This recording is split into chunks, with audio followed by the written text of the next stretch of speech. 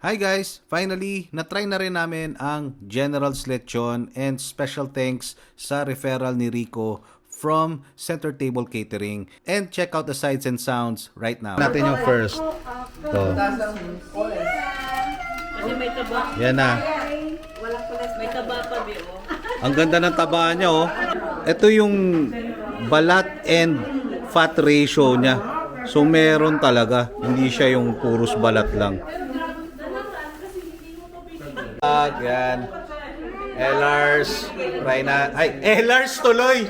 General's Lechon. Hindi na tayo Elars. General's Lechon na tayo. Try natin to. Oh, man. Heaven. Ayan yung taba, oh. Crispy. Glistening fat.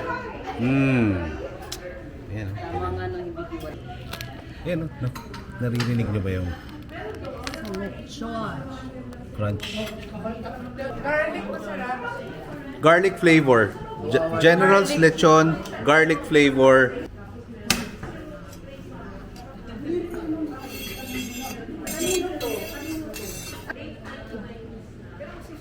Try natin yung laman.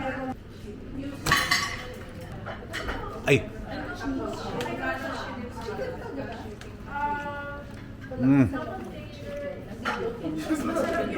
Garlic.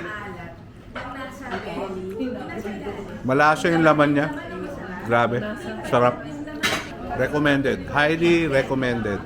Let's talk about yung presyo ng General's Lechon. Flash ko dito sa screen nyo ng mabilis para makita nyo.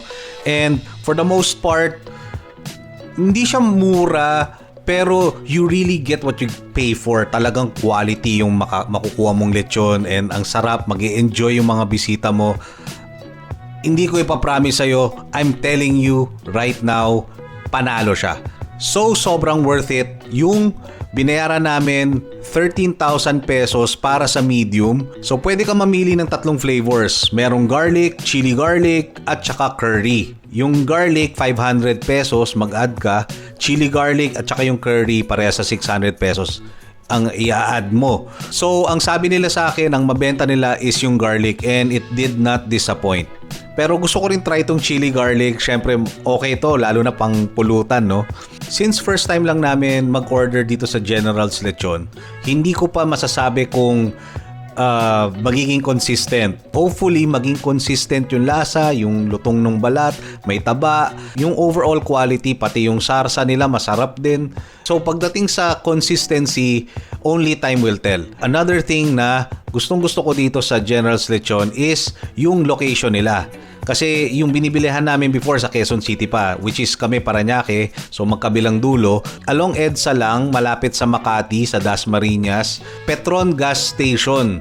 Tapos meron silang test kitchen sa Sun Valley na pwedeng pick upin yung lechon doon.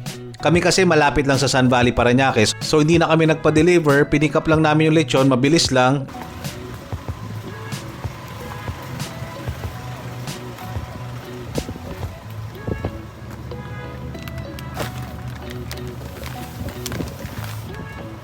I'm sure marami pang mga lechon places na hindi namin natatry na sobrang sarap din. Hopefully matry namin and thank you doon sa nag-comment na itry yung lechon place niya sa may Cavite.